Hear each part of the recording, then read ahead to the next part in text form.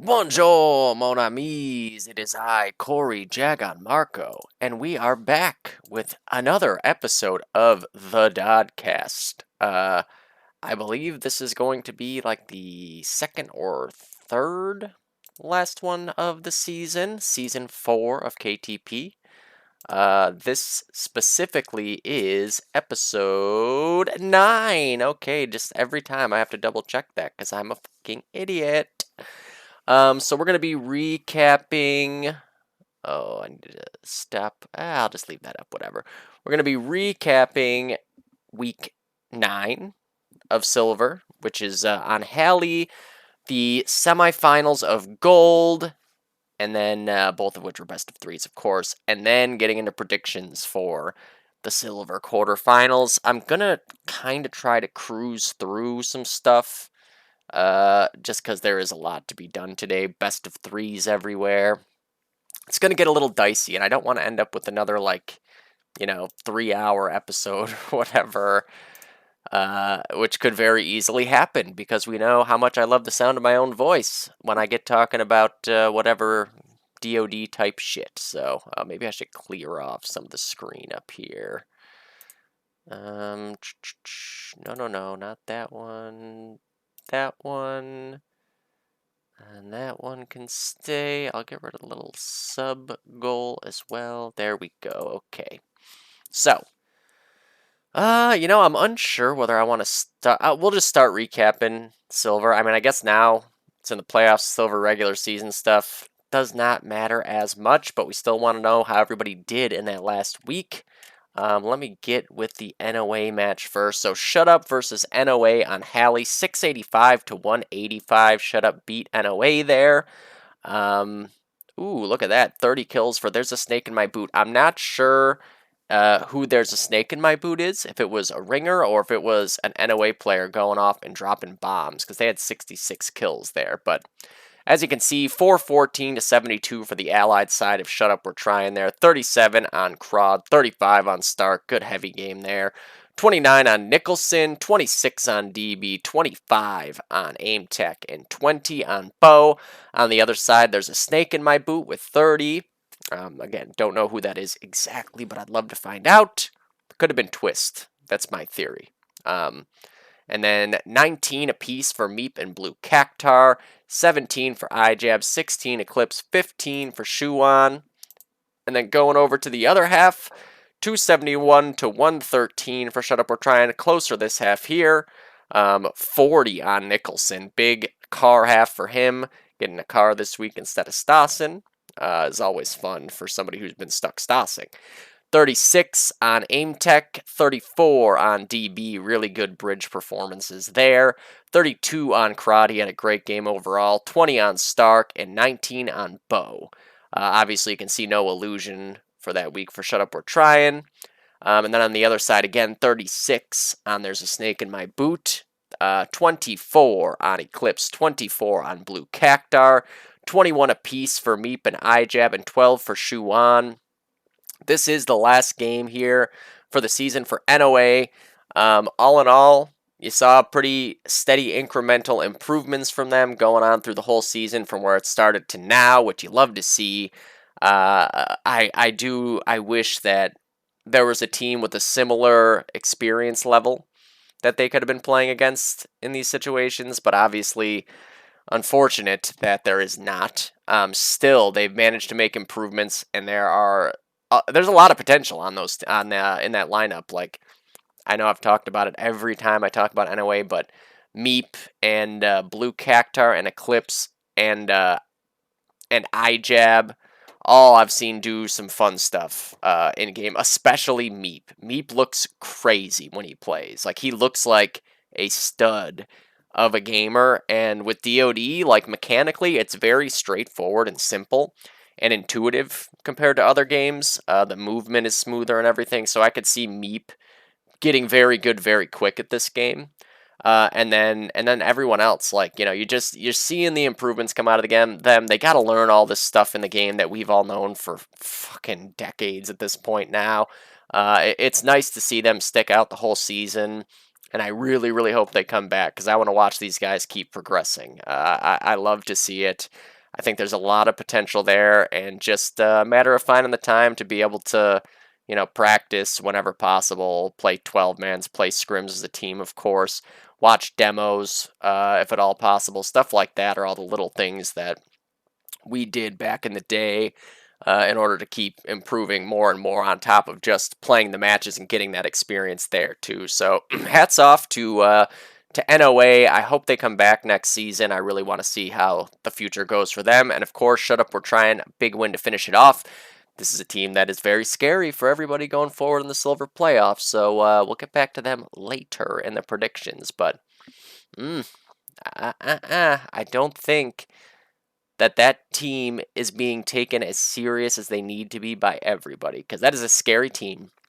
Like, we scrimmed against them a couple weeks ago. They are very good. Very, very good team. The way that their heavies and the heavies play styles mix is great. Obviously, so much talent across all the rifles between Aim Tech and Illusion, and then Darren Nicholson, and then DB on the sniper. So that is a very scary dark horse team. I don't even think you can call them a dark horse now in the playoffs. Everybody seems to be very aware of just how good they are now. But it's good to reiterate it just in case anybody isn't. So, on to the next one here. I only got to watch one match on Halley, so I don't have like all the information I'd normally like to have, but I'll just have to play it by how the screenshots look. Let's go to this one here. So this was a big one. Saab taking out Insomniac Gamers. We talked about this last week and the week before. Insomnia was in a position where the only way they could lose the top seed was to lose the last two matches. And then it was going to become a matter of how all the other games played out, who would end up in the top seed, who would end up second, third, etc. And it'll be interesting to show you guys how it all played out for those who aren't already aware. This is coming out a little later than usual, but that's because I did a cast last night instead, so it's my bad. But 273 to 96. I didn't get to watch this game. I got to see some highlights from Yanni, which was pretty cool. It was an intense game by the look of it. 38 kills for Nightmare on the bar. Big for them to have Nightmare back, of course. Caleb's done a great job filling in. They keep winning no matter who's playing.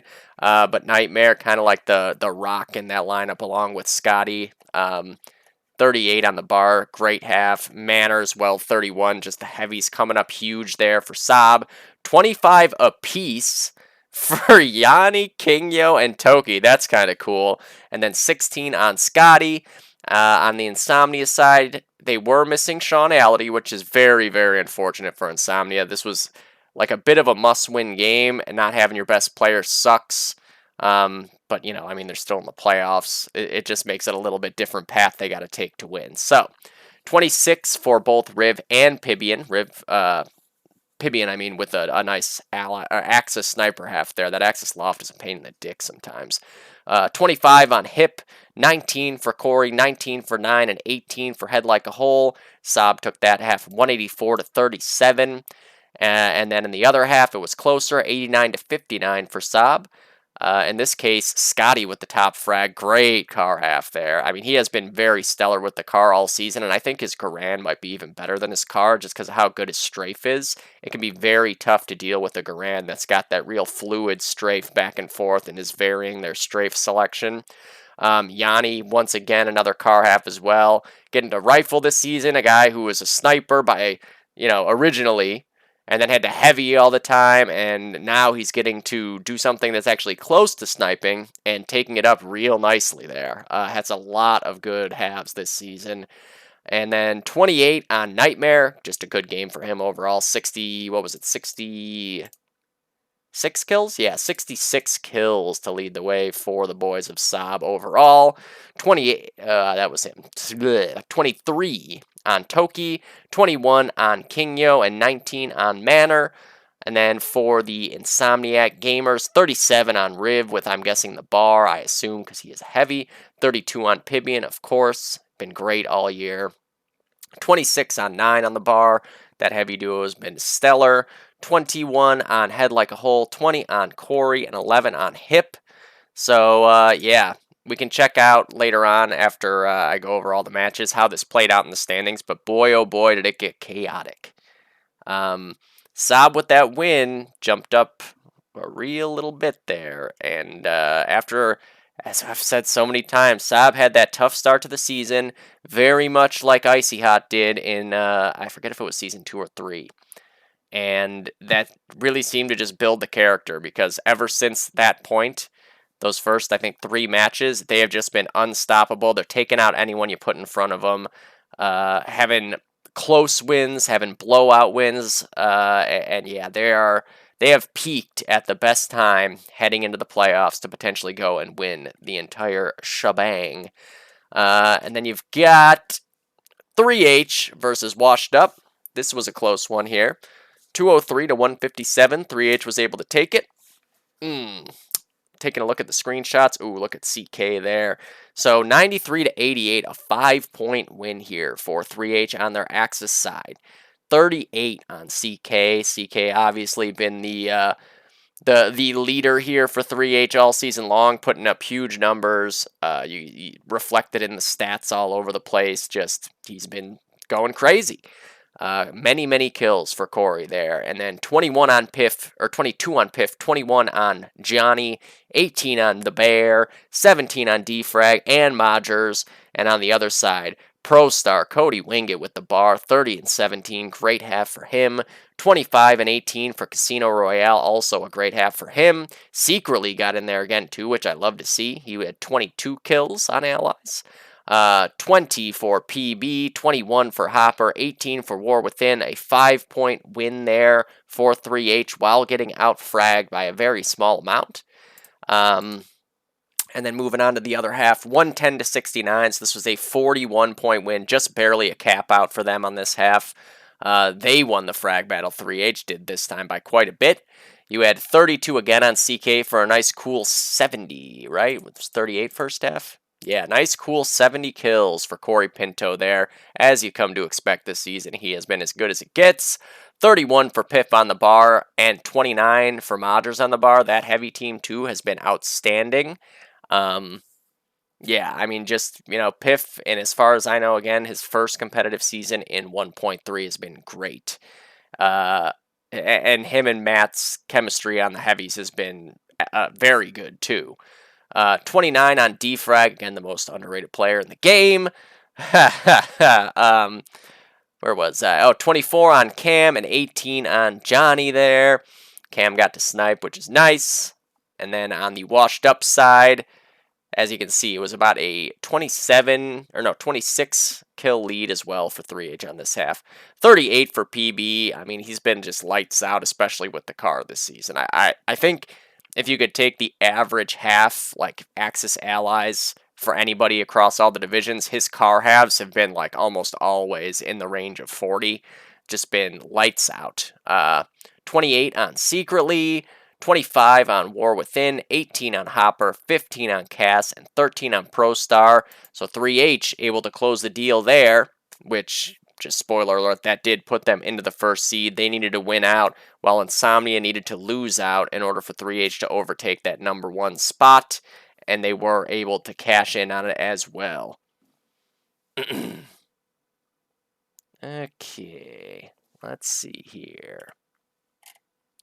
There is one more game to do, and it is the one that I actually did cast. So, you got Spicy Butthole versus Romario. This game was another absolutely crazy one. Spicy wins by 20 points, 152 to 132. This one was balls to the wall, back and forth.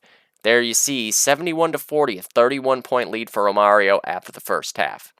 You had 31 kills on Man, looked great in that allied loft. LZL with 29, mostly going over on the right side, left side, heavy route, mountain. So many names for it. We all pick and choose what to call it in the moment. 25 on Rafinha, 22 on Vanaki, 18 on Zaps, and 15 on Matt. And on the Spicy Butthole side, a little bit of a class swap here. We had Die Life on the sniper rifle this week, which is something that he's good at still. So, no freebies here for Romario because he top fragged with 29, tied with Stamp, who also had 29, 24 on Twist. The Stamp, Twist, and Laura heavy route team did a really good job across this game. Really, that's, I think, where the game was won.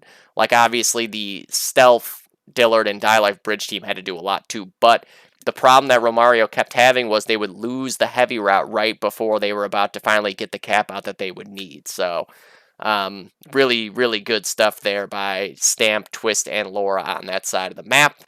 Laura had 19, Stealth with 18, Dillard with 17, 31-point half. It was looking good for Romario here, and Spicy had to really pull out all the stops headed into this second half. That is not the second half. Don't mind me. Okay, so there you can see 112-61. Spicy is able to pull it off in the end. So on Romario's side, and the kills are within 2 of each other, God. For Romario, Rafinha was the big star this half. Let me tell you, man, he went crazy. He was doing everything he could to keep this team alive throughout this game. At one point, he was last alive, like 1 versus 6 at the Axis last flag, defending against a cap out. He got a car kill. His next car shot misses. He pulls out the pistol. He gets a double pistol on 2 people running for the flag in 2 different directions. Holds off the team just long enough for the respawn to come in. Unfortunately, it was all for naught because after the respawn came in, Spicy was able to cap out, which was crazy in and of itself because after that hero play by Rafinha, it looked like, oh man, they're not going to be able to break through this. Rafinha just won them the game like, 10 minutes into it. And no, Spicy Butthole did not stop grinding, and they got that cap out anyways. But man, Rafinha just such a good player. We all know it. We've seen it a million times. LZL had 28, and he had a really nice fast car 4K holding on a bridge from the apartment hole. That's a movie clip. If I had my little wand, I'd wave it. 25 on Zaps, doing a good job this week getting in there. 24 on Mand, just had a great game overall. He's been such an excellent sniper for them across all the seasons here. 23 on Vanaki and 23 on Matt. And on the Spicy side, you have Dillard, of course, with 35. 31 for Stealth, playing off class here, rifling, having himself a really... he has the Tommy there, but that was because they were trying to hold against the cap out in the it was pretty much the last 5 minutes, maybe more, where Romario was, getting both flags, and then they were getting a push up to the 1 or a ninja up to the 1, and then right when they're about to get it, as I said before, that mountain heavy right side, left side route team of Laura, Stamp, and Twist were always able to get that flag back right when they needed it. There was a funny moment where Laura got found ninjing in the first half where LZL just did like a 180 real quick and killed her. She got revenge, though, as she was able to find LZL trying to ninja himself in the end of that game where that cap out would have been enough for them to win. So she definitely ended up returning the favor there. But yeah, 31 for Stealth, 26 for Die Life, just having a good game overall, getting to snipe. 26 for Stamp, also him and Twist, both really good games on the heavies. 25 for Twist, 18 for Laura. Dillard was the big fragger of that half for them with 35. Just a great team effort by Spicy all around because they could have easily broken at any point in that game. It got dicey as fuck. There was numerous times where Romario just needed to get the heavy route flag. They had the 1. I know at one point Vanaki got to the 1 and he was I think prone behind something in the church. And he killed 4 of them or something like that. And it was just Laura and I think Stamp as the last 2 alive having to hold on to the last flag by themselves. It was a crazy game right down to the very end. As I said, Romario was threatening to cap for the majority of the last 5 to 8 minutes of this game.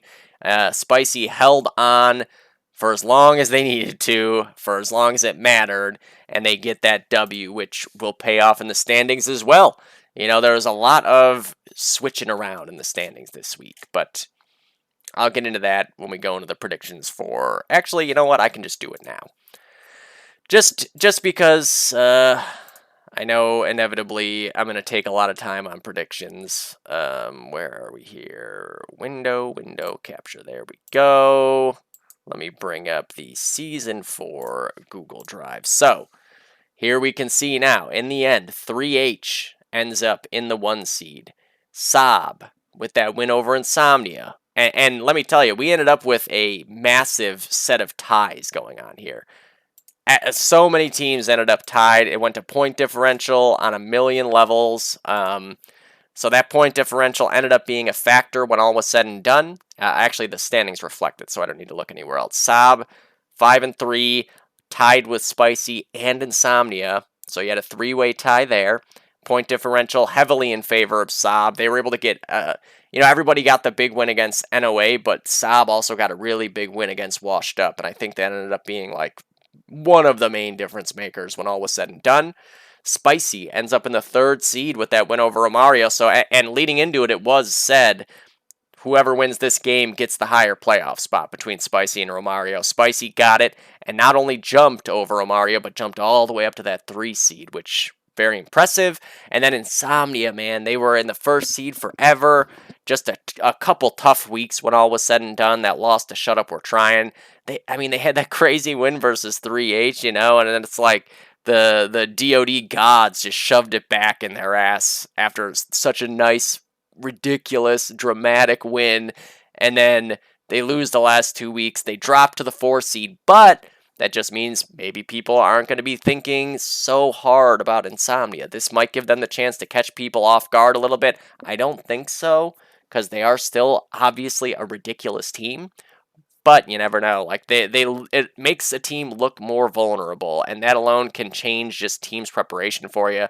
Maybe they're not quite as concentrated on like, oh, we got to deal with this team who's been number 1 seed for most of the season. So maybe this will pay off in the end for Insomnia. I don't know. But then after that, we had another 3-way tie. Romario, Washed Up, and Shut Up We're Trying, all at 4-4.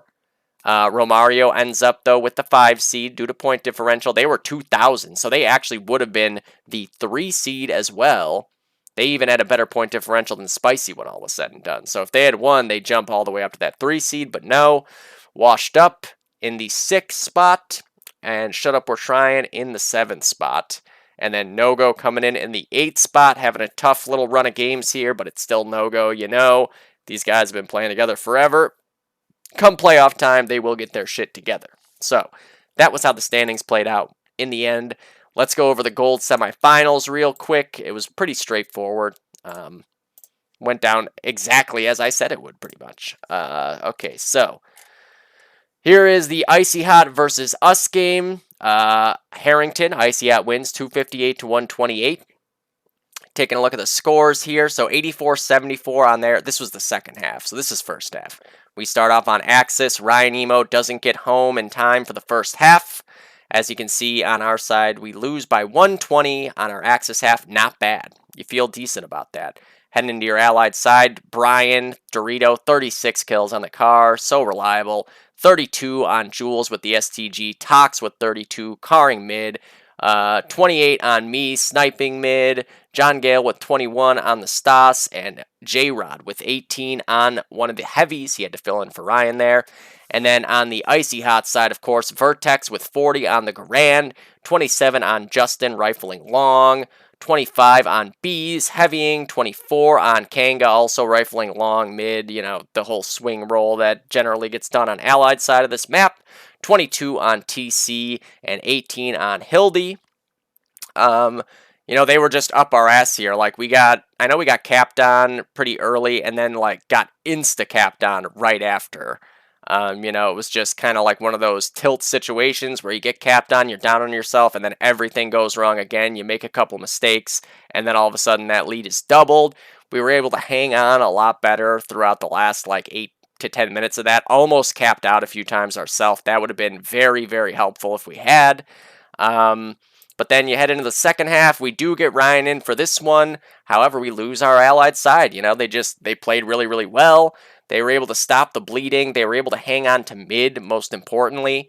We had a really tough time getting back out into mid. We needed some better nades going on and to kind of group up when we were retaking middle after we got our second flag or our first flag back.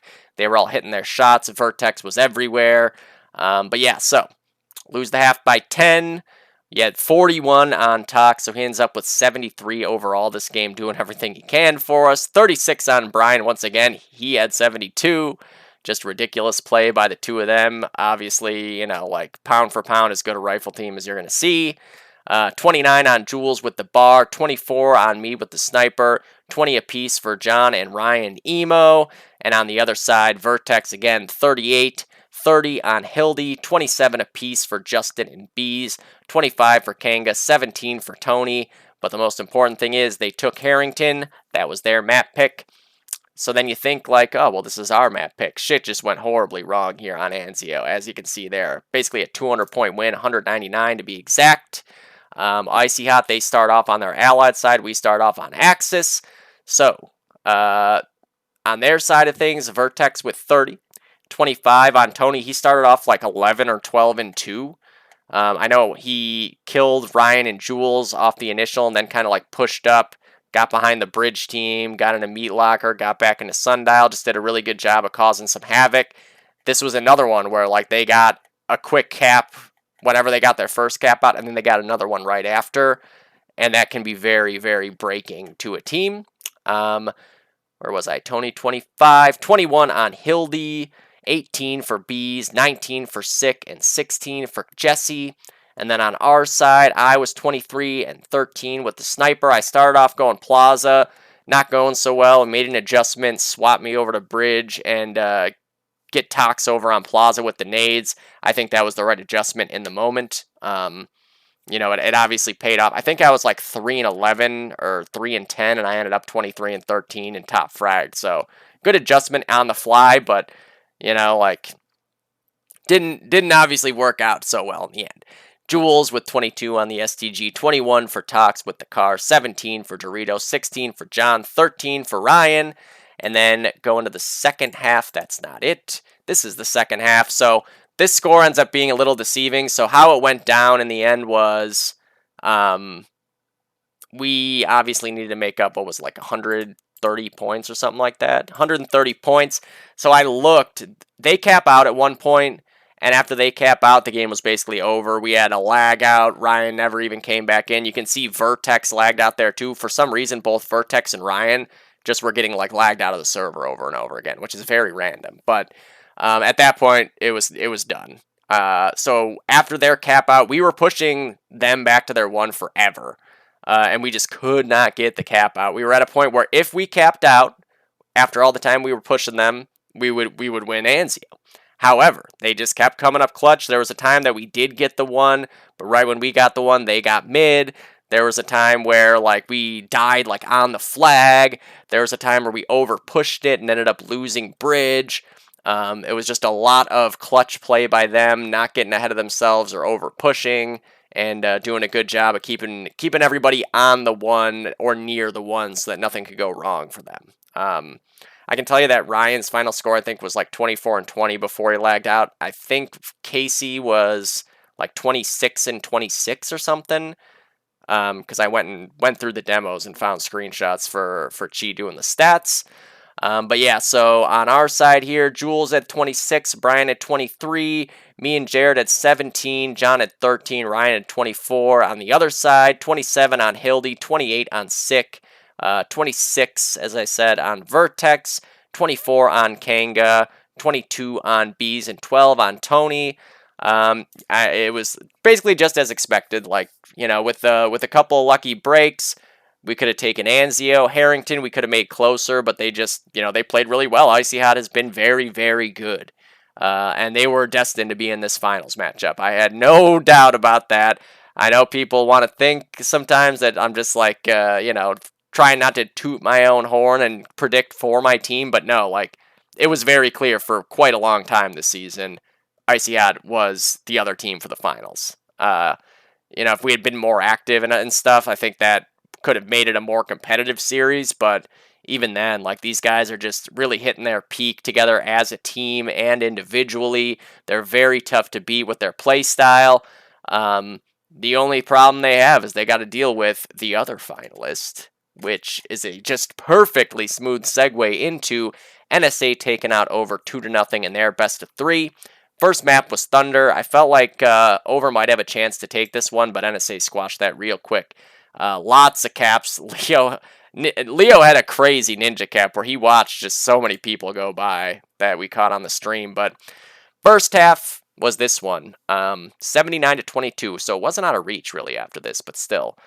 You had 40 on PDX, of course. He's been a 40 bomb machine. 29 on Nick Patton, been a god of sniping Axis side, Thunder, Donner forever. Just go watch the DoD Frag of the Week in Season 8 or 7 or 9, I forget which one it was, where it shows the frag leaderboard at the bottom. Nick Patton led that week in a very stacked week of players. I think Tox was second in that week too, so two guys on the same team were the top two fraggers in a week. It's kind of funny. So you had 23 on Milo, you had 23 on Taylor, good work by their heavies in bunker, and then 22 apiece for Leo and Debo. On the other side, Till had a great half here. He was doing everything he could for over. He had a lot of huge plays, kill streaks, breaks, like everything he could. Obviously, just ended up being not enough, but Saka, Caffrey, and Mata all with 22, 12 on Kum Kum, 9 on Ana. It was a 57-point lead after that half, but then the Ninja Caps came into effect, and I think they got like 3 of them total. I don't know if they were all ninjas, I forget now because it's been a while, but Leo definitely had at least 1 Ninja Cap, probably more if I had to guess. So 201 to 29 this half. On the overside, Kum Kum at 24, Caffrey at 23, Untering mid, which I think he's particularly good at. Really tough to deal with, man. He's just popping your head out from across the map with an Unter. Saka had 21, 19 on Till, 16 on Mata, 14 on Ana, and then on the NSA side, 33 on Milo. You had 29 on PDX for a nice 69 total. You love to see it. You had 27 on Patton, 56 for him in total, would have made him the number 2. You had 24 on Leo, 19 on Taylor, 16 on Debo. Just a very strong performance there for NSA coming out and setting the tone, which then would head into the second map where they took that tone to another level. As you can see, 841 to 157. This team is a nightmare to play on Lennon. You don't have to ask me twice about it. I've been talking about it since whenever it was that we played them on Lennon. So 258 to 125 after their Axis half, which doesn't seem bad again, right? Like, this is within range. The frags weren't out of hand. Till, again, did a great job on the Allied side. He was having apartments 35 and 19. He top frags the whole server. Kum Kum and Saka did a good job on well, too, 27 and 24 respectively. 20 on Caffrey, 19 on Mata, 17 on Ana. On the NSA side, 30 on Debo, 29 on Taylor, 29 on Leo, 27 on PDX, 22 on Milo, and 19 on Nick over in that albatross of long, which all snipers just can't fucking stand. And then going over to the Allied half. Nope, that's not it. Going over to the Allied half, then things just got crazy. NSA blew the doors open here. 42 on Milo, 34 on Taylor. Obviously, when you're heavying on this map on Allied side with the bars and you put up halves like that, it's really tough to lose. It's very tough to not win by a lot when you have that much apartment control. Like, that's just crazy. 76 kills between the two of them. And then you had 28 on Nick, who was swapping, taking some nades, picking up every weapon he could, going on movie streaks. 27 on PDX, 25 on Debo, 24 on Leo, and on overside, 28 on Till. Just a good series overall for him, getting to play against the former team. Obviously, they came up short, but individually, he had a very good performance there across both maps. Very nearly, I think, top frag probably the whole server on Lennon. With the, what would he have, 34, 35? 35 on Allied side. Let me just double check before I say that. 35 and 28 for 63. Milo had 64. So I believe Milo ends up with the top frag there overall, yeah. Where was I? Till 28, 27 on Kum Kum, 25 on Saka. Again, the rifle well team doing everything they can. Caffrey with 23, 15 apiece for the long team. I mean, it just, they were just like team wiping and capping out over and over again. It wasn't even like necessarily that one player. I mean, obviously Milo and Taylor, the heavies, were doing a lot, but like it was just everybody killing everything. And then eventually it turned into like people knifing each other for revenge for knifing each other earlier in the game and stuff. It got real out of hand and crazy. It was funny to watch the knife battles that went on and some of that stuff, but yeah, in the end, NSA with a dominant win in the semifinals over to write that ticket that we all knew was theirs from day one this season. It's NSA versus Icy Hot. I believe I called it before week 1. And rightfully so. Like, this is what the finals matchup should be.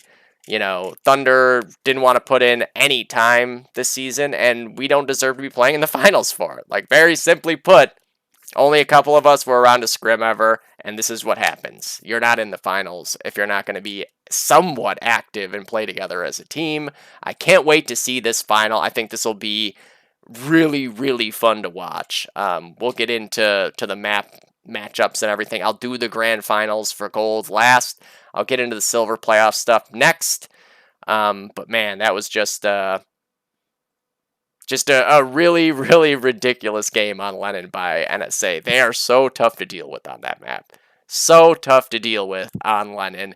If you have an opportunity to ban Lennon versus over, or ban Lennon versus NSA, you need to just ban Lennon versus NSA, because these guys, top to bottom, they are great Lennon players. A heavy team of Milo and Taylor. Good luck. And then, oh, you kill the heavy team of Milo and Taylor? Oh, well, there's Leo and PDX. Oh, did you manage to kill them too? Well, then you got to deal with Patton and Deba. Oh, good luck killing all 6 of them in a row on a map like that. It's just impossible. So we'll see what the map veto went like in the finals there. First, we'll get into the silver playoffs, which I can't... There's one thing that I won't... well, I guess it doesn't matter. I don't need to talk about predicting it. There is a recap to do. You can see right here. One map of Spicy versus Washed Up was played. It was a really, really good game last night. Washed Up ends up taking the loss on Spicy's map pick. They lost by 65. So looking here, this was the first half. Washed Up came out of it with a lead by 77. They outfragged Spicy by 35. So a really, really good. Just look at the frag totals on Washed Up. 30 on ProStar, 29 on PB, 26 on War Within, 23 apiece for Cass and Hopper, and 22 for Bromley. On the Spicy side, Stamp with 26, 23 on Matt, 21 on Stealth, 18 for Dillard, 15 for Twist, 15 for Laura. 77-point lead. Looks like they're going to steal the map pick, right? And I know another thing to mention, too, is that one of these capouts did come in a 5-on-6 situation. Dillard's score there, 18 and 13. You can see he was not... That's not his total score. He did lag out multiple times. One of those lag outs coincided with the cap out. However, we don't have everybody here for the end round, which is unfortunate, but you can see 167-25. Spicy was able to come roaring back in the second half when they needed to most.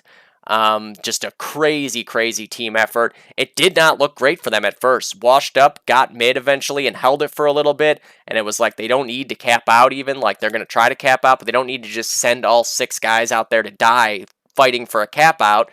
Like, but they all ended up dying, lost mid. Spicy was trying to break through to cap out, and they just couldn't. Washed Up was hitting all the clutch shots they needed and everything. Good rotations. It looked like Spicy wasn't going to be able to break through for a while. And then Laura goes on a 5-kill streak at the Allied first flag with a car and a pistol. It was like 5 kills in 10 seconds. Like car, pistol, car. And that's the first cap out that Spicy needed. The team captain came out there for her team and dropped a bomb to break things open. The rest of the team woke up at that point, and it was all Spicy for the rest of the game. They did not let up. They were able to bring that score way up and make it look like it wasn't as close as it really was. Like, they win by 65 points, but really this felt like another one of those single-digit games with how close it was up until the very end. Stamp with 33, Matt with 32, Stealth with 31, Laura with 26, 21 apiece for Dillard and Twist. And then on the other side, the only people we got in the screenshots here, ProStar and Casino with 26, War Within with 21, 18 on Hopper. I know PB was like 33 and 30 or something like that. The last I saw on the screenshot. I forget what Bromley was, though. But yeah, Paintball definitely had like 33 kills. He might have ended up with a couple more when all was said and done, but the last time I remember seeing it, he had 33. Big win to start it off. This is Spicy's map pick, so of course they expect to take this one. Washed Up, though, coming back in the second map. We'll just get into predicting this one right now, I guess. Let me whip open the internet window. KTP Season 4. There we go. We'll get into just predicting this bad boy right off the bat. So, there it is. 3 versus 6. Spicy versus Washed Up. Let me pop open the vetoes for you. Where are we here? I think they were a little... There it is. So I'll actually go back to that window real quick so we can look at the vetoes while I mention them. The fuck just happened there? That's not normal. Match alerts. There we go. Okay, so, as you can see, Spicy bans Harrington, Washed Up bans Thunder. I think that's pretty understandable for both. Spicy takes out RR2, Washed Up goes with Anzio, so Spicy picks Railyard, Washed Up picks Lennon, and then a fun Armory left over for the third. That'll be chaotic as fuck if it gets there. I kind of hope that happens just because I want to see an Armory playoff map. That map plays so fucking fast, I think it'll be just absurd to try to cast. So, next up is Lennon for them. Let me pull up the Lennon week here so we can take a look at who did what. For Washed Up, oh, Spicy didn't get to play. I know that a couple guys on Spicy aren't big fans of Lennon, but at the same time, they also have a couple of very strong Lennon players. Stealth has always been a really good sniper on Lennon. Dillard is very good at Lennon. Even though Die Life hates Lennon, he usually does really well on it. And Stamp in Apartments has been very strong on Lennon in the past when I've played against him on it myself. Washed Up got to play against No-Go, 474 to 194. I'm going to look at the screenshot real quick here. There should be a screenshot channel, I think. Right there it is. So, I'm just going to fly up to the Lennon week. That's not it. That's not it either. There it is. Washed Up. So I believe PB had a crazy game here. He had 38 on Allies. He had 44 on Axis.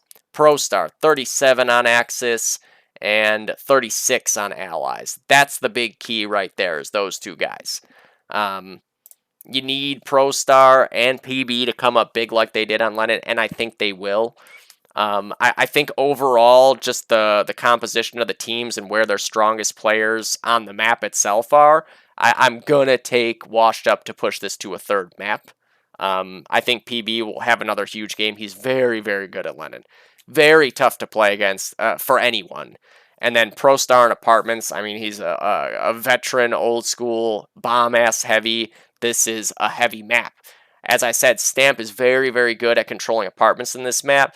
But you take, Hopper and ProStar, if Cody's having a game like that, it's tough to deal with for anybody. He's the kind of guy who understands like angles and pre-firing them and stuff. It's the kind of thing where when a guy's on, you just have a hard time killing him under any circumstances on a map like that.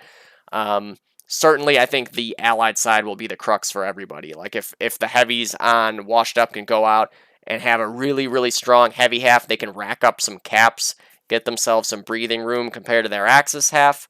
That's where they take it, but same thing goes for Spicy. If Spicy can go out there and really rack up the points on their Allied side, of course, Washed Up will still have PB probably getting 40 kills with the car, which is going to be tough to deal with too, but Dillard and Die Life, certainly a good team to try to lock that down. I just do feel like Washed Up is going to find a way to win through this, though, and push it to a third. Now, Armory gets real interesting. Armory, I have no idea what to expect at all. It's certainly a map that favors snipers and rifles. And you got a lot of good ones between these two teams here. I'm not sure if Washed Up goes with the same lineup on every map, because I know War Within is kind of swapped between classes throughout the season, as has Bromley. But I'm going to just assume that War Within is sniping, Bromley is rifling, and Hopper and ProStar are the heavies. But, I mean, either way, like, War Within is a great heavy, too. He can rifle, too. Bromley can play everything. Armory is going to be weird, man. I don't know. Let me check the screenshots on Armory for those two teams, because I actually have no fucking idea. Spicy, okay, Spicy played Insomnia. Oh, Washed Up played against NOA, so there's not a whole lot of intel you can get from that. They still put up huge numbers, so, it's not like, playing against NOA is still playing against guys who are shooting back, and some guys who can really shoot back pretty fucking well. as you can see by this. Well, I guess you guys can't see the scores here, but and then okay, so Insomnia, Spicy, Stealth. Oh yeah, Stealth had a crazy game here. 33 and 15 on Axis, 42 on Allies. Man, 75 kills for him. Dillard had 32 on Axis. Dialife had 33. Dillard had 24 on Allies. Dialife 20. What about the heavies over here? Twist had 22 on Axis. Stamp had 25. What about Allies? Twist had 24. Stamp had 26. So pretty good, well-rounded. Laura had a pretty good store too. Pretty good score. I just said store. So Spicy, they look pretty good on Armory, which you'd expect again with the tools they have in that lineup. That dynamic rifle D duo of Dialife and Dillard, ridiculous, and then Daddy over on the heavy side. It's a triple D now situation we got going on this team. On the washed up side, though, you put a bridge team matchup potentially of Casino. I guess Cass might end up going the other route, the hallway route. There's no real like set meta on this map yet. You can send a car to that heavy route, the box haul, along with your heavies, or you could send a Stas. It'll all depend. You could also just flood bridge, go 4-on-3, try to make bridge the main point of focus, and then maybe try to circle back around to help the heavies, but of course then you risk letting one of those heavy route players end up at your last flag, so it's a little bit of a risk-reward scenario. That's tough, man. I don't know.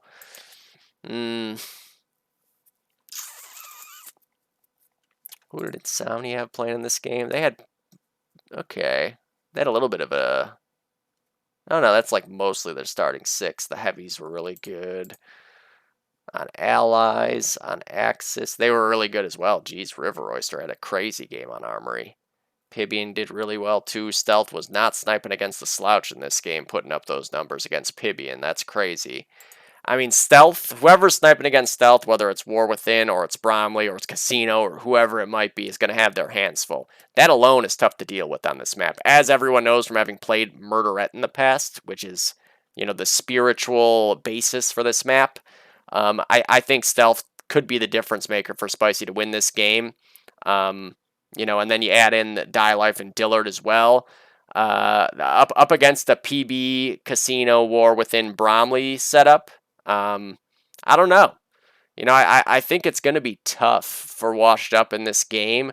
I think they need their heavies to try to make some space on the map through that route. If the heavies can maybe dominate the box haul route a little bit more, and get some openings so that the bridge team has to deal with that. Of course, Stealth will be able to just stay focused on the bridge, so even if that happens, you got to find a way to get Stealth out of there. Washed Up needs, either the sniper to deal with Stealth consistently, or they're going to need PB to go out there and just drop bombs. I think those are the win conditions for Washed Up. I'm going to assume Spicy takes this in 3, wins the Armory matchup, but I mean, we've seen PB do it a million times before where he just goes insane. That's his strong point. He is a freak of nature fragger. And I think if he can do that here and be getting a lot of those kills on Stealth so that he can't get comfortable in those lofts, and then if the heavy route team of Cody and Hopper and maybe Casino or Bromley or PB, we sent Tox the box haul route on our team with the car and the Garand. Maybe not a bad idea to do the same with PB here. I don't know. I guess that would kind of leave the bridge team with one less stud on it to try to deal with Stealth, who could potentially go 75 and 20. But yeah, I'm going to go with Spicy to take the series in 3. But that is my win condition for Washed Up to be able to take that Armory game. Is you need a strong performance out of whoever's sniping, and then you just need the stars in PB and ProStar, namely, to really have big games. And usually those are the kind of guys who do come up big when the team needs it most. So we will see what happens. Hopefully I'll get to cast that game. I don't know. They play the rest of the games on Sunday, I believe, but I don't know what time exactly. I will be casting the gold finals. Next up, we've got is a Insomniac Gamers versus Romario. So let me pull up. Where are we here? Gonna pull up. Where the fuck did I just? Oh, I'm in the wrong channel. Whoops. There it is. The veto. All right. Let me swap windows. Match alerts. There we go. So. Romario versus Insomnia. Insomnia bans Railyard. Romario bans Armory. Romario lost to No-Go on Armory, so that makes sense. Insomnia bans Thunder. Romario very good at Thunder. You don't want to have to deal with that. Romario bans Harrington. I don't know if Romario... I feel like historically they didn't love playing Harrington. I think they could be great on it still, but, you know, you want to get that out of the way. You know Sean is going to go crazy. You know Riv is going to be nuts on that map. You just don't want to have to deal with that. Pibian, good luck getting him out of mid-house. So, Insomnia picks Railroad 2. They're saying, we don't care about that loss to Shut Up. We're trying. We are good at this map. We're picking into our strengths. We're putting that in the rearview mirror. That's a good sign for Insomnia. Romario picks Lennon. I would expect that. Romario, much like Washed Up, a very strong Lennon team. And then an Anzio rubber match. Ooh, baby. That's some classic DOD right there. I love it. I love it. Okay. I'm kind of inclined to go look at a couple sets of screenshots for this. So, Railroad 2, we know what went on there. Let me look at Lennon here, though. Where is Lennon? No, no, no, no, no. There it is. Okay. That is also Thunder. What the fuck? How did I get that far up? Oh, they played each other. Oh, well, that explains a lot. This was the map where Romario beat Insomniac Gamers. Okay. Oh, that's right. I casted this game. I'm a fucking idiot. I completely forgot about this. This was a nutty game. Rafinha with the strong half on the car. So we have history to go straight off of. As you can see there, Romario took the Allied side by 134, and then Insomnia only able to get a 114-point win when all was said and done on their Allied side, so it was close as can be.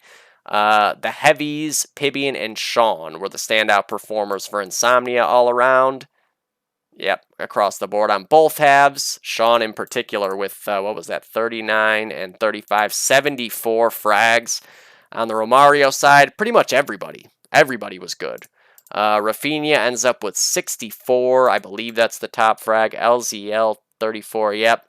Matt 22. Vanaki 29 there. And 24 for 53. Mand 22 and 21. That's a pretty good sniper score. And Lobaton going over there with him.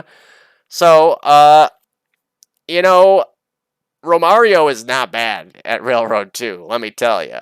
This is interesting. Like, Insomnia, I'm sure, will be able to go back and watch these demos and be prepared for this game to where, like, they probably feel like they can erase that 20-point deficit. This series is very up in the air to me because I've seen what Romario can do on Railroad 2.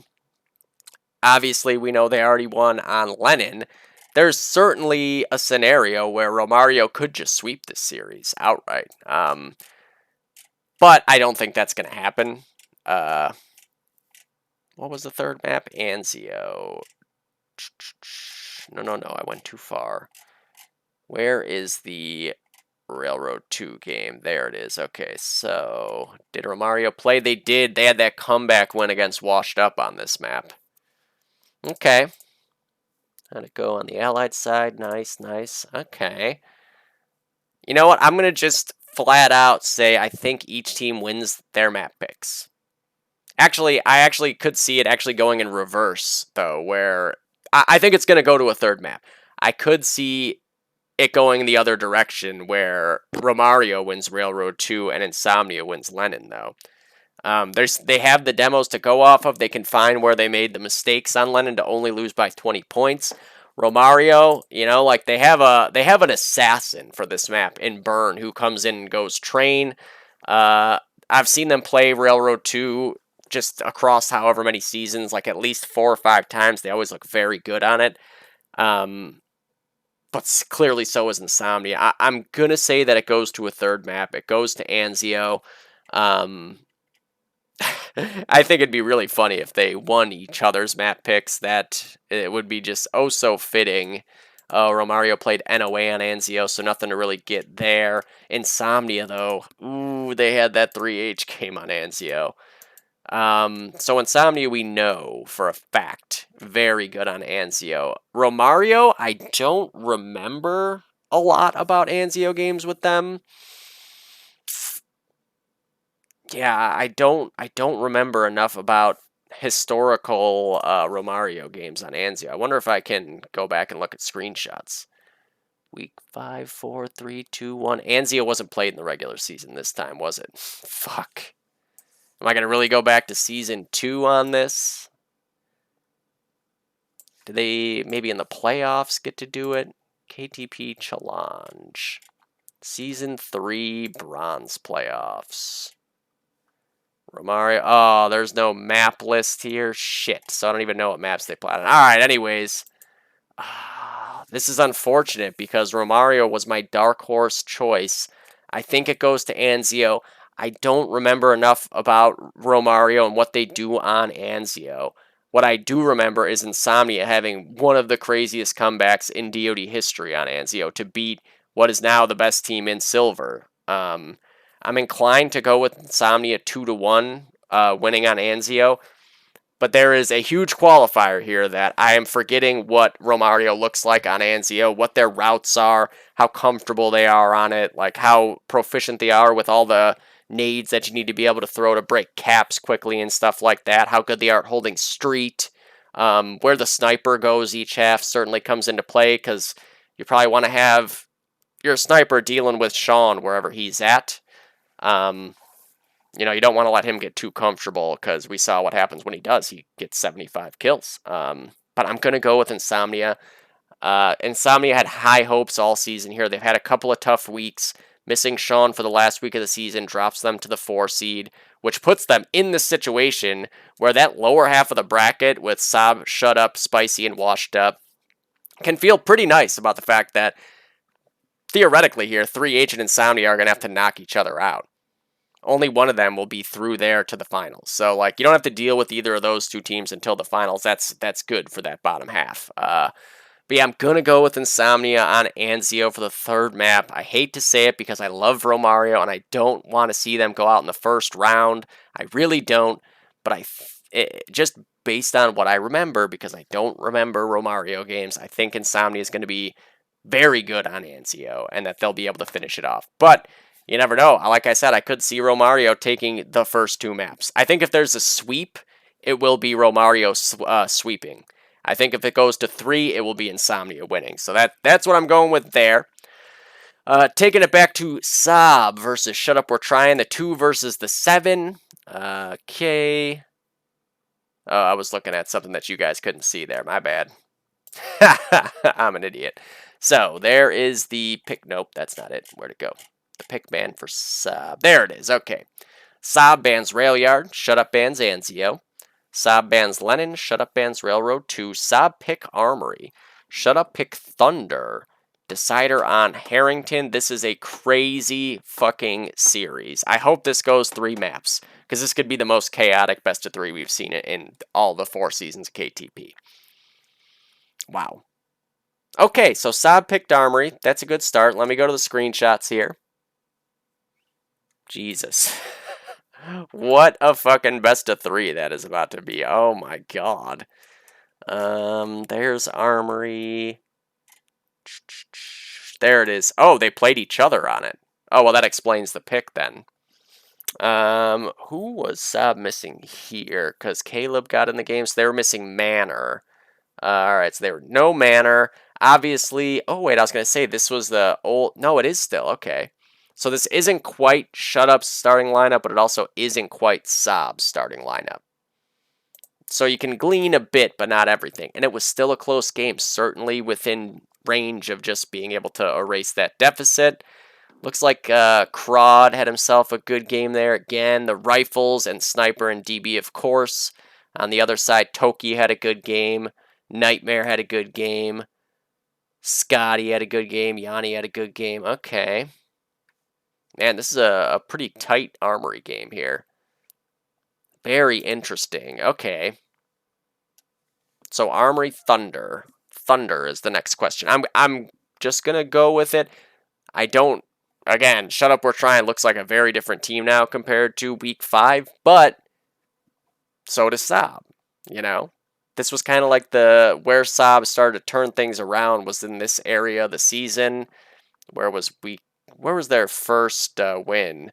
They lost to 3H on Thunder in a tight one. That's right. And I believe Shut Up, We're Trying. Yeah, didn't have their new lineup yet here. So they lost to Spicy, but at this point they still had Aim Tech sniping, and they had Trance playing on the other rifle. And as you can see, like, he did okay, but you put Aim Tech on that other rifle. You swap in DB now, who is a great sniper by any standards. I think that that bodes well for them here on Thunder. I think this is another scenario where but then, okay, so then Harrington is the next question, actually, I need to look at. Where is Harrington? Did we play Harrington? I'm pretty sure we played Harrington. There it is. Okay, so Shut Up, We're Trying actually beat Romario on Harrington, and this was with Aim Tech sniping, with Bo playing on the heavy, so no Crod, and with Trance playing on the other rifle instead of Aim Tech. So that is interesting. That is very interesting. Okay, and then where are they? Oh, yeah, this was that. Oh, no, wrong one. I know what happened in their match. Yeah, this was that tough lag out match where Saab had multiple lag outs, and they lost a heartbreaker to No-Go back in week 2. Okay. Again, not as much to really glean from this because it was a very weird game for Saab. I don't think you can just look at this game and be like, well, they lost to No-Go in a close game, so they'll probably lose here. That's tough. That's tough. Okay, so I think I think they're gonna take their own map picks. I think that works out. I think the way that you could see Shut Up, We're Trying potentially win Armory is just via overpowering rifles. You know, like Aim Tech, Illusion, Nicholson, and DBE, like, they're so good. And if they're having themselves a real strong game all at the same time, that's going to be near impossible for anyone to deal with. That's a lot of firepower, but obviously Saab picked this for a reason. They're probably feeling good about it. Goes to Thunder. I'm going to go with Shut Up, We're Trying there. You know, they take their own map picks. I think Shut Up, We're Trying with this current lineup, with DB on that sniper rifle, giving Aim Tech the chance to roam around a little bit more. The way their heavies play together, really good at controlling their route. You know, they're not going to run out at you and just like bar snipe 6 of you, but they're going to lock their route down. They're going to grind out 30 kills apiece or close to it, and they're going to do their job really, really well together. And then it goes to Harrington. You know, this is where it gets tough. I think tougher for me to really make a enthusiastic prediction. I would assume it would be Illusion and Nicholson going long versus King Yo and JN. Generally, I mean, obviously on Allies, you see the Garans being one of them kind of goes mid a little bit more at times too. Obviously, Nightmare and Manor versus Crod and Stark on Mountain. And then in mid, Aim Tech and DB versus Scotty and Toki. Man, I think that game will be really, really close either way. I'm going to go with Shut Up, We're Trying to take this. That big, big win against Insomnia a couple weeks ago, it just looked like that propelled them forward. I mean, here's the thing, though. You could see Saab just go out there and put Nightmare on the sniper, and then, like, good luck to anyone trying to kill him. We all had to deal with it in gold for 3 seasons. Like, you can't kill him. He's too good. They could just do that, and then, like, it's going to be really tough for Shut Up, We're Trying to win any of the maps, because they're all very, very sniper-favorable maps. But I don't think they're going to do that. Toki's done a great job all season as it is. Nightmare, I know, would rather not continue to snipe because it's really fucking boring. Believe me. I'm going to take Shut Up, We're Trying, though. I think that Shut Up, We're Trying is I mean, Saab is technically the hottest team right now in silver because they're on like a massive winning streak. But I feel like Shut Up, We're Trying getting that win against Insomnia really like gave them that fire. Like we're gonna go fucking win everything here. Like that was a all out fucking brawl, and they came out of it on top in a very chaotic, very close game, which is what playoff DoD is all about. Again, I think it's going to go to 3 because it's silver. I think silver is going to end up in mostly 3 map series. The heavies, I think, will be the key on Harrington. You need Nightmare and Manor to really shit on Mountainside. Like, they need to go off, especially on allies, because that's the thing, is if you can't, like, when we were playing against Icy Out, we could not cap out on our allied side. We just couldn't break through. A lot of it came down to the Mountainside, where we were able to get the 2 and lock that down for a little bit, but we couldn't cash in through Mountain. That's going to be the key there for Saab to win. Not just the Mountain team, but just the whole route. Like, when they are going for cap outs on both halves, they need to have an answer on that side of the map. That's the way that they win Harrington. Like skill level wise, there's a lot of skill on both teams across all 3 routes. But like the biggest, most important battle is going to come in those cap out situations on Mountainside. Having ladder control, not letting a heavy get pushed up when you're on allies behind you from the bridge area. Yeah, I'm gonna go with Shut Up, We're Trying. But those are the win conditions for Saab, in my opinion. Just making sure that just on a default level, that they have control of Mountain for the most part and are really locking it down, and then B, understanding when to reallocate resources to Mountain, both offensively and defensively, being able to throw the right nades from Mountain. Like, look how many kills PD that. There's a reason I call it the PDX combo, when you get like a nade and 2 cars, or a double nade and a car kill. He does that at like pretty much every spawn on Axis side, Harrington especially. He spawns, he goes up to the Mountain House, he throws the nade over the top, gets 1 or 2 kills with it, and immediately cars a guy trip box or in ladder or in sewers. And if Saab needs to have that stuff down pat, I think Shut Up, We're Trying winning here would come down to just like all out frag power. They got a lot of very good fraggers on Shut Up, We're Trying. And if they're all hot at the same time, it makes it really tough to beat just in general. But yeah, I think it's going to be a close Harrington game. That's one that could come down to like, a cap in the last minute. I think it'll be like a 30-point or less game there. Okay, fuck.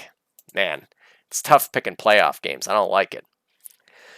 The last one to do, you got 3H versus No Go. Okay, let me pop open the match alerts channel here. I don't know how long this video is right now. It's probably too long.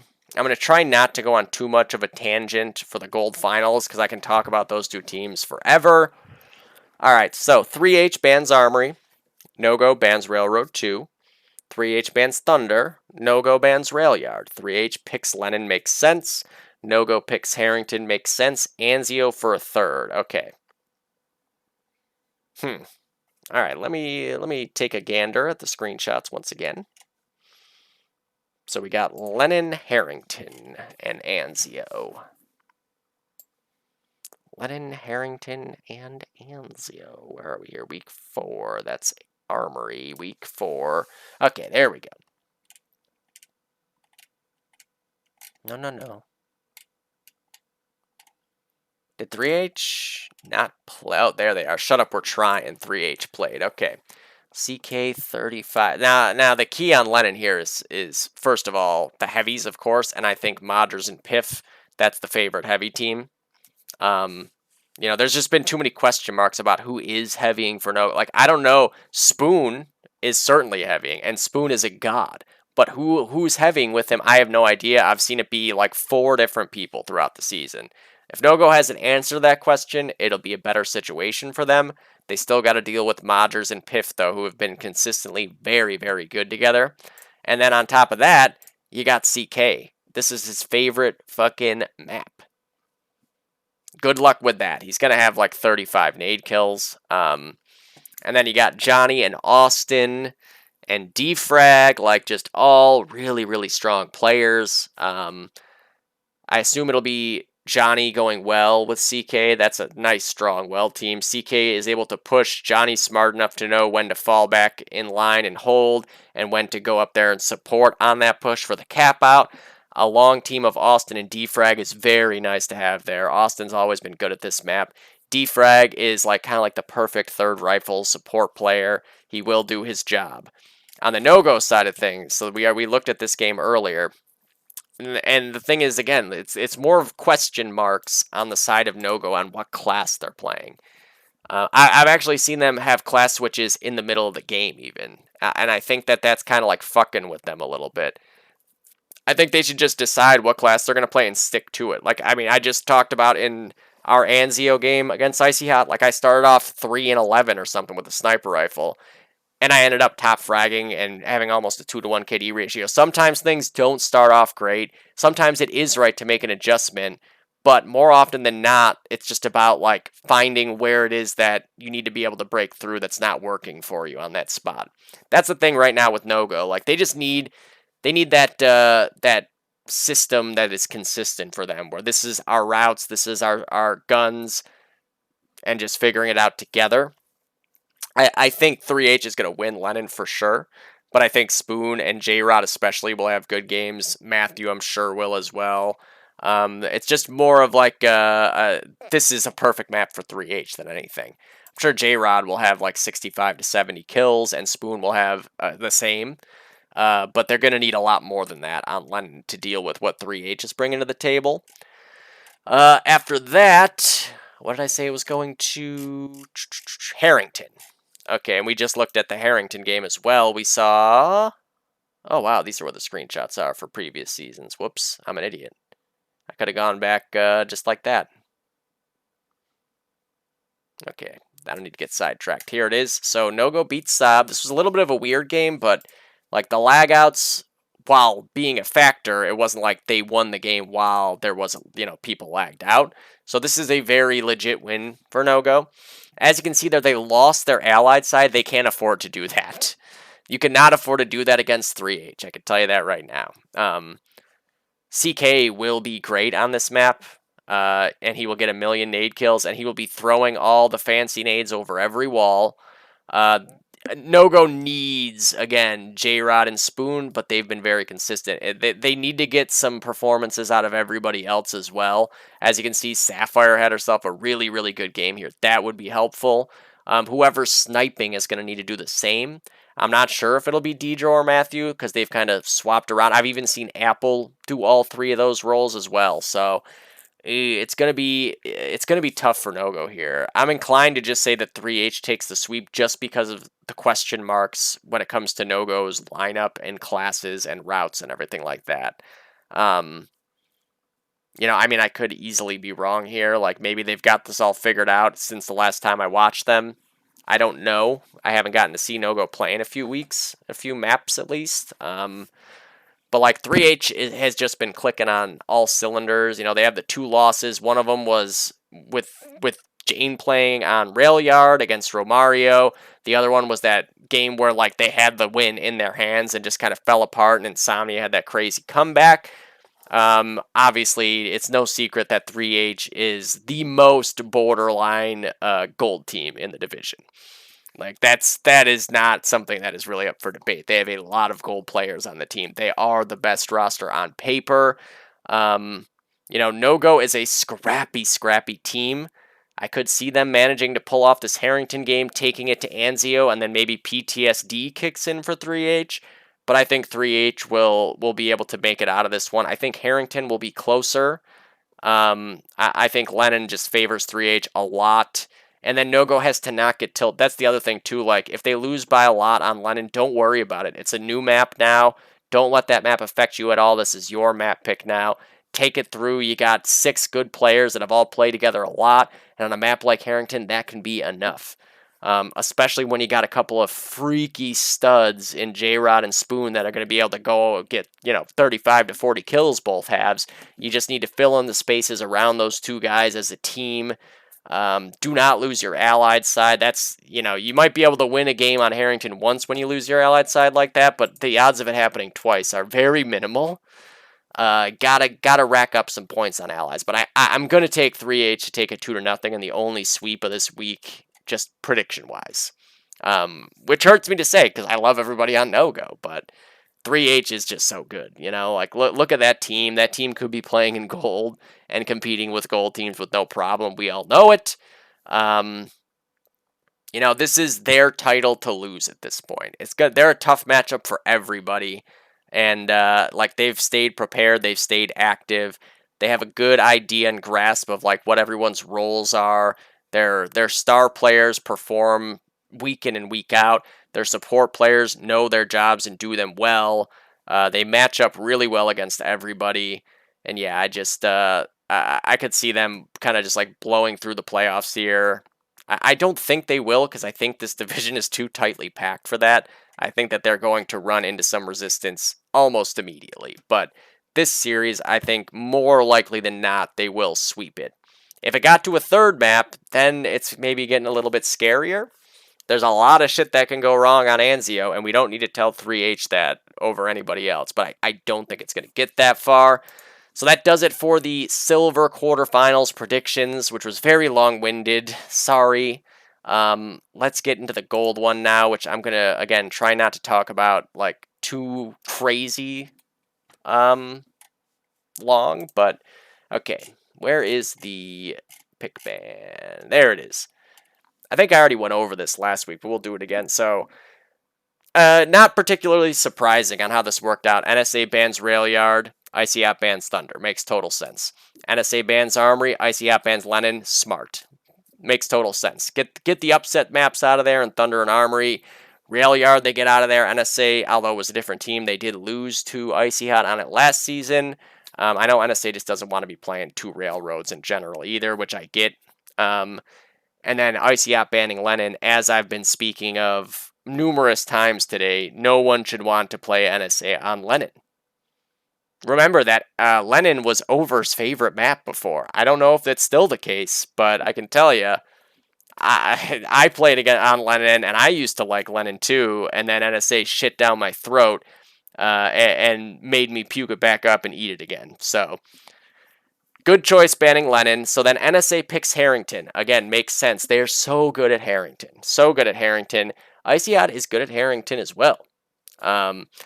So that could be an interesting one. ICAP picks Railroad 2. Makes sense. They had a close game with NSA on Railroad 2 during that week. How much did they end up losing by? I forget. I think it was like 30. Where's the screenshots? Give me them screenies. What? Where am I here? Week 9. Ah, there it is. Okay. Week 7. 25 it was. Big performance by Vertex in this matchup, too. He had 74 kills, and they're going to need every one of those kills again. Mitch also had 64. They're going to need both those guys to come up big on Railroad 2 once again, I can tell you that. And then for the third map, classic, Anzio. Love it. I really hope this goes 3 maps just to see a third map Anzio between these two teams. We just saw ICAT take out Thunder on Anzio, which is no easy task regardless of Thunder's activity level or lineup. Over however many years, like I couldn't tell you how many times we've lost on Anzio, but it is in single digits while having played together since 2007. We do not lose on Anzio that much, so ICAT is a formidable Anzio team. Again, taking whatever bullshit excuses we have out of the equation entirely. ICAT is tough to play on Anzio. So is NSA, though. Everyone on NSA is tough to play against on any map. They're really fucking good at the game. They also played each other on Harrington, by the way. So we can go back and check that too real quick. I casted the first half of this game. No, that's not it. Week 2. There it is. So 158-point win there for NSA. This was the half. No, it wasn't. This was the half that I casted. Obviously, different situation here, too. This is the week that Nick was suspended. So they had Bromley ringing on the Stas and Debo sniping. So a little bit different lineup. you put Nick Patton in there on the sniper instead, and then Debo can run around with grenades and a fucking rifle, like they're better off. I didn't get to see this half. I'm curious how it went. Oh yeah, PDX had 80 kills this game. Jesus fuck. Leo with 31, Taylor with 34. Oh yeah, that's the other thing. This NSA team is even more different than that. They still had Bud playing at this point. They just took an already ridiculous heavy and swapped him out with Milo. So this is very unfortunate for Icy Hat. Oh man, I don't know. I very much have trouble ever picking against NSA on Harrington for any reason. Let me put it to you this way: I think NSA wins the series right off the bat. I think that the way that Icy Hat could win the series, I don't think they'll sweep it. I feel like NSA. Okay, the way that they would end up sweeping it is if NSA is just like so overconfident that they just make a lot of like crazy mistakes, but that's not going to happen. That's the 1 in a billion way that ICAC could sweep this game. NSA's just been so goddamn good. Like, no one in their right mind is going to pick against NSA. They've gone coast to coast undefeated. They've generally just shit on everybody. It's an all-star team. Like, it's flat out an all-star team. And Harrington, I would say, is their best map. It's that or Lennon at this point now. I might even say now that Lennon has overtaken Harrington. But man, if you put gun to my head and said you got to play NSA on either Lennon or Harrington, like I'm just gonna pull the trigger at that point because they're so good on both maps. And Icy Hot, I think, can give them a run for their money on Harrington, but I don't think. I think they can keep it close. But NSA always finds a way, both offensively and defensively. Like some of the best parts of NSA's Harrington game is actually what they do defensively on Axis in particular. They're impossible to cap on. Impossible to fucking cap on. And they want you to try. They're begging you to send everybody thinking that you're going to get that cap out, but you're walking into a trap. And Icyat did the same thing in that Week 2 game, where it was like they had NSA on the back foot, on the ropes, defending that Mountain House flag, and Icy Hot would lose 3 or 4 guys. And then rather than be like, okay, we can't afford to lose map control, they were like, no, we can still get this cap. Like, they only have 2 or 3 left alive, and then would die to it. That's where NSA gets you on their Axis side. They are good at winning their Axis side of Harrington. You can't come back from that unless you have like a crazy game plan that I haven't thought of, where Icyat feels confident enough in winning their own Axis side. Icyat cannot fall into that trap. They got to pick their spots on those all-out pushes. That would be the way to maybe have a chance at winning Harrington. You just can't get lulled into sending your whole team up to that Mountain House flag and all dying and losing map control, and then getting capped on in reverse instead. That's where they get you on their Axis side. And then on their Allied side, I mean, that map, it's very Allied-sided. They're just going to be all gears moving forward, NSA, and they have so much skill, it's tough to deal with. At that point, it just comes down to, like, Icyat has to be on their shit and be going head-to-head, hitting the shots. Mountain House route, just Mountain in general, going to be very key there as well. You got to deal with Milo and Taylor. If they just have ladder control for the entire game, like, it doesn't matter who's going mid. Vertex is going to be getting shot from 3 different directions and naded from 4. No one will be able to get comfortable in mid there, and then they're just going to get overrun. I'm going to take NSA on Harrington. But again, there are scenarios where ICAC can take Harrington. It's good. That is a tough game all around. I think that will look a lot like the first game, but I think it'll look more like the first half than the second half. And then Railroad 2. So this is, I think ICAC could do it on Railroad 2. They could steal. Well, not steal. It's their map pick. I think they could win Railroad 2. Obviously, they came very close to doing it in Week 8 or whatever it was. 9. I forget. 8. In that case, again, it came down to not being able to cap out when they needed to. Like, it's really easy to say, like, well, do this and this and this. Like, I'm watching the game from a fucking caster's seat and not having to try to kill PDX, Leo, Milo, Taylor, Debo, and Patton. Maybe like trying to pull off a ninja cap. Like the thing is, you gotta coordinate that ninja cap. I do believe they got very close in that Railroad 2 game, but the ninja jumped early, like went for the one. It was probably one of those situations where it's like, I got the two, but then you get killed right before the flag, and the ninja, as soon as he hears I got the two, is going for the one, and then you pull the trigger early, and then all those seconds you were ninja'd, ready for that win to get clicked in, is all for naught. Um, Man, I don't know. Like, here's the thing. NSA want this bad. NSA is the favorite for a reason. They're going coast to coast undefeated right now. It would be the real cherry on top for them to just sweep this thing. Um, but I think Icead wants it just as bad too. I don't know how active these two teams have been this week. I think that will be a major factor in whether it can go 3 maps or not. I hope Icead has been scrimming. And I hope that NSA has been scrimming too, because I think this could be just like a really epic best of 3 series. I want to see it go 3 maps. I really want to see it go 3 maps. We almost never get 3 maps in the gold division. Like, I couldn't tell you the last time we had a 3rd map in a best of 3 in gold. It's been a while. Off the top of my head, I could be wrong again. I'm very inclined to just say that NSA goes wire to wire without losing a map all season, because I want it to happen, and because there's certainly like a larger possibility of all the 3 maps for ICAT to be able to take Railroad 2. I'm going to take ICAT to win Railroad 2.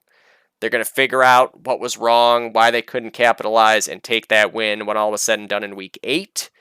Going to Anzio, I think that the way that NSA's lineup is structured now, they're going to be a much better Anzio team than they were in seasons past. I think that they're going to be able to put people in spots that are going to be more beneficial. I think you can put PDX over in double windows with the car now. You can put Leo back on bridge. Like, I know he doesn't love going double windows with the car anyways. It's a pain in the ass of a route to go with the car. Usually things either go very right or very wrong. And Leo is a great, great bridge car. I mean, I don't know, unless they don't even want to do that, I'm not sure. I'm just speculating on that. I'm assuming because PDX, he was a heavy forever, and Plaza is the heavy route, I'm guessing that he would car double windows in this case. Leo would go back to bridge with Debo and Patton, and then it would be PDX, Milo, and Taylor in Plaza. ICOT had a good game plan on Anzio as well against us. They were pretty tough to deal with, just all around. Like, they had good nades, they had good rotations. It seemed like every time you thought you had a route locked down, there was one more nade coming and a double peak. So, like, certainly, I'm not saying it's impossible, but you can't pick against NSA here. They're too good. You got to take NSA. I'm saying 2-1 because I want it to go 3. If I had to say, like, point differential for each map, let's say NSA wins Harrington by 47, Icy Out wins Railroad 2 by 2 points, and then NSA wins Anzio by 74. Yeah. I mean, but again, like, who knows what's going to happen here with how ridiculous the players are all across both these two teams and how sharp they are. They're on top of their shit. Everybody's playing at the top of their game right now. But man, I mean, NSA is just too good. They're too good. That team is too good. It doesn't matter how much activity level we have this season. Like, we're still not beating NSA. We could go back in time and be scrimming wire to wire. Still not going to beat that team. It is an all-star team. And they should end up going and winning this gold championship, kind of sandwiching that organization's 2 championships with Thunders in the middle. I really, really hope this goes 3 maps and is just an epic series, because we don't get that enough in gold. I feel like in the best of 3 scenarios in gold, it's just always 2 and done, 2 and done, 2 and done. I want to see a gold final go 3 games. We get too much flack about how silver is the more fun one to watch. I think that the people who say gold is just so slow and everything it's a little bit of a misnomer. Like, I'll show you guys slow DOD next week sometime, or in the next couple weeks, because I got some slow DOD for you. What's happening in gold is just micro games going on a whole other level.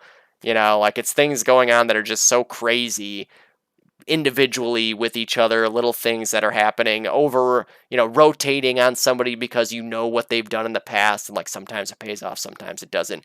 It's crazy. It's not slow. Silver is crazy, though. And I just want to see that reflected in a final this time here where we get a full 3 maps of like close games with 12 fucking all-stars just going off and having crazy moments across the board. And I think these are the 2 teams that can do it here, really, truly. But I'm taking NSA 100%. They go wire to wire and finish this thing off. Icy Hot, I think, I don't know how things are going to turn out next season, but it makes sense for them to come back and win next season. That's just the way it goes, right? Like, I feel like this is their next step up the mountain. They're going to get that experience. They're going to come back next season and have a plan to be able to beat NSA and get the vengeance like the, sports movies go.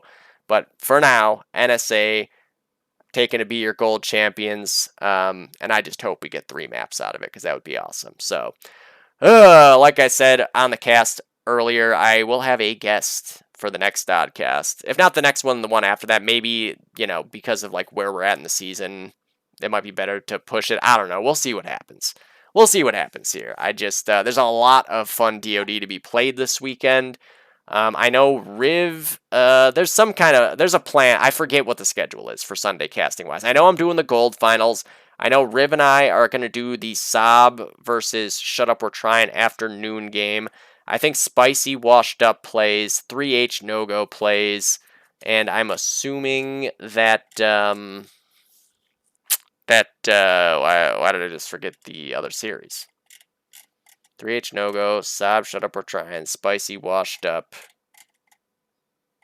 Oh, and Insomnia Romario. I think Alapex had Insomnia Romario. I'm pretty sure. Yeah. So pretty much every game's getting casted Sunday, but it'll be posted about. I made this Dodcast a little bit too long because, as expected, I went on a tangent about how good Icy Hot and NSA are. Forgive me, but it's fascinating. They did joke about doing a best of 7 like I asked for, but, I'm guessing they're not really going to do that because everybody hates me and nobody wants the Jagginator to have fun anymore. Unbelievable. Okay, sorry, my voice is going now. I'm going to need to take the next 2 days to soak my throat in ginger or something. Thank you guys for watching. Good luck to everybody in Silver in the playoffs this week. I expect a lot of 3-map series, and I'm not even kidding. I really do. And then good luck to Icy Hot and NSA in the gold finals. I think that's going to be the most crazy gold final we've seen. Like, I fully expect that this is just going to be movie clip after movie clip. I'm so excited to get to cast a gold final as well. I did cast Season 1, but that was like a blowout, best of 1 series in that situation. So it's kind of like, just whatever for me. But now getting to cast like a best of 3 series between 2 fucking titans going to head to head here on a very classic 3 maps, Harrington Railroad to Anzio. I love it. I can't wait to do it. Good luck, everybody. See you on Sunday. KTP. Love you. Peace out. Jagginator. Out. I dropped a mic, I swear.